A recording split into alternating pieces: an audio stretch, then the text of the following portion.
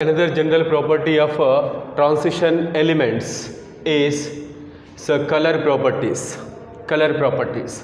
So transition elements, especially in their ionic state and their compound forms, they exhibit the colors, various colors. This is the specific property of transition elements. Then when you take there is a S block elements and the P block elements, is most of the S block elements except hydrogen, remaining elements of S block is metals, but then yes, most of them are colorless. Then next one in P block also here is most of the elements are colorless, whereas transition elements and especially they are in compound state, they exhibit various colors. Okay, so this is the reason is what? Then yes, again it is depend upon yes, incompletely filled n-1 d orbitals. Okay, the transition elements in their ionic condition are in compound state, they exhibit colors.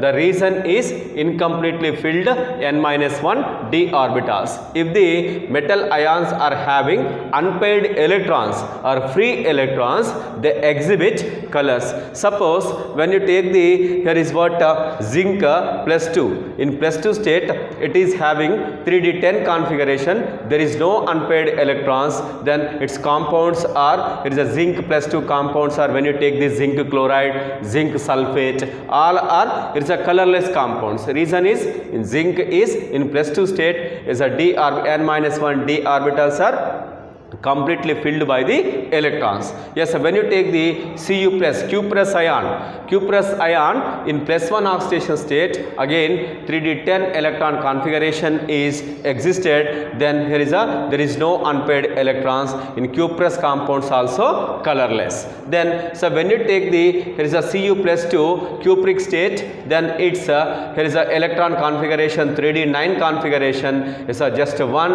unpaired electron is available in n-1 d orbitals, then yes, its compounds copper sulfate, then when it is dissolved in water, then here is what happens, or in solid state or in aqueous form, the copper sulfate compound is here is a blue color. Then so when you take the here is a scandium +3, then is a 3d0 electron configuration, there is no unpaired electrons, then completely here is what, here is a complete d orbitals are completely empty, there is no unpaired electrons, then colorless compounds. Then titanium, the titanium, yes, this is a 22 3d2 4s2, then again in +4 oxidation state, s electrons and yes, d electrons are completely removed, then next one here is there is no unpaired electrons, then yes, here is colorless. Then next one here is titanium +3 state, then again it is having one unpaired electron, that's why is titanium +3 compounds are in purple. Yes, based on this view, here is a metal exhibit various colors in different oxidation states. Then in +4 state it is colorless, in +3 state it exhibits purple color. Then when you take the here is a manganese in +3 oxidation state, then is a 3d4, then here is a 4 unpaired electrons are here, then here is its compound manganese +3 compounds are violet in nature, violet color. Then whereas in +2 state, then again it is having 5 unpaired electrons, then is a manganese +2 compounds are pink compounds. Then yes, next one, yes, here is a iron in Fe +3 condition, it is having 5 electrons, 5 unpaired electrons, then here is it exhibits yellow color. Okay, then Fe +2 condition, then is a 3d6, just is a 4 unpaired electrons are available, then is a +2 compounds are green color. Cobalt compounds, cobalt +2 compounds as well as +3 compounds, then is almost here is a pink color. Then nickel +2 compounds are here is a green color.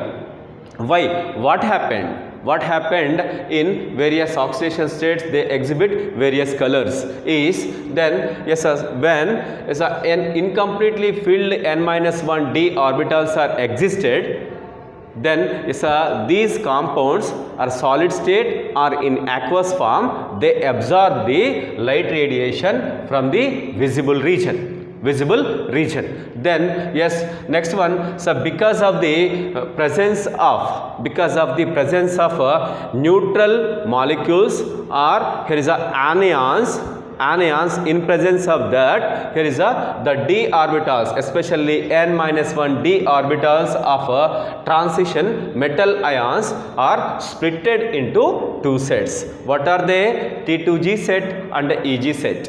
Okay, then in presence of neutral molecules, or then here is a negative anions, they act as ligands. In presence of neutral ligands or negative ligands, then the n-1 d orbitals of transition metal ions are splitted into two sets. They are T2g set and Eg set. Okay, then these splitting of d orbitals taking place within the orbit, same orbit. Then next one, what happens when the electrons absorb the light radiation from the visible region, then they can undergoes the then excited state, that is electron excitation taking place within the shell. Yes, due to this reason, here is what they exhibit various colors.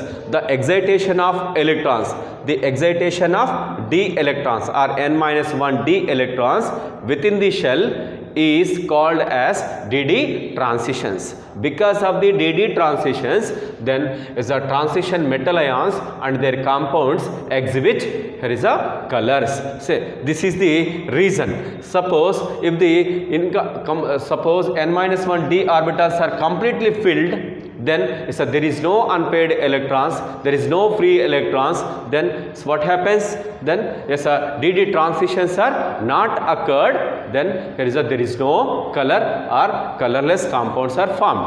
Then color of the compound is depend upon here is a number of unpaired electrons and here is ligand. Okay, these two factors influence the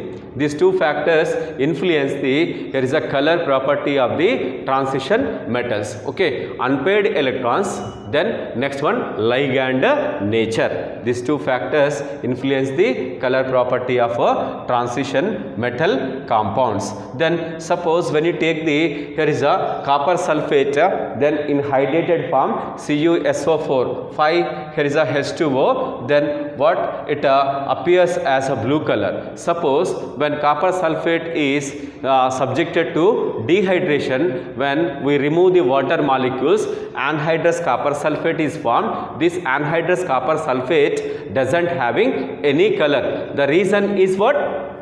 The reason is then here is a because of the presence of water molecules. Because of the presence of water molecules in copper ion, Cu+2 ion, then is a d orbitals, n-1 d orbitals are splitting into two sets. They are T2g and Eg set. Then one unpaired electron, one free electron is excited from then lower state to here is a higher state. So this is here is a influence of ligands. Then again it exhibit the blue color. It exhibit the copper Cu+2 compounds is a hydrous. Here is a hydrated copper sulfate appeared as blue color. Then while the transmission of a blue color, it absorbs the from visible light radiation, that is red color. Red color is absorbed. Its complementary color is blue, which can be transmitted.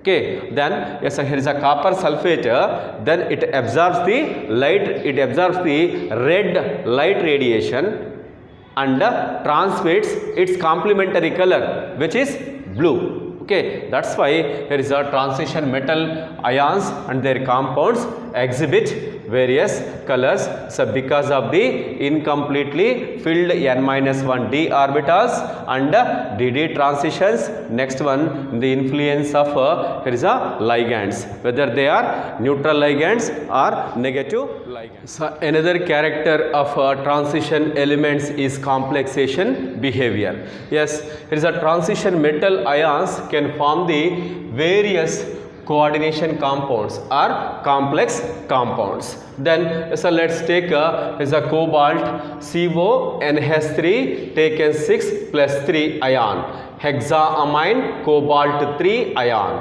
Then is a next one is here is a K4FeCN6. Then here is a potassium hexacyanoferrate 2. Potassium hexacyanoferrate 2. Then again here is a potassium, here is a hexacyanoferrate 3. Then tetracarbonyl nickel. Next one hexachlorocobaltate 3 ion. So these are the complex compounds or coordination compounds. So these are called as here is a complex coordination compound ions, complex ions. Then yes, here is what? Then cobalt, then iron, here is a nickel. Then these are the considered as here is a transition metal ions. Yes, why these transition metal ions can form the coordination compounds or complex compounds with yes neutral molecules like here is a ammonia, then is a carbon monoxide, then next one negative charged ions like here is a cyano, then here is a chloro. Okay, so these can be treated neutral molecules or negative charged ions called as here is a ligands. Okay, then transition metal ions act as central metal ions. These act as there is a ligands. Then is a what are the reasons for the complexation behavior of transition metal ions is then so because of their smaller size. So when you take the yes here is S block elements is except hydrogen, remaining all are metals, but their sizes are very large.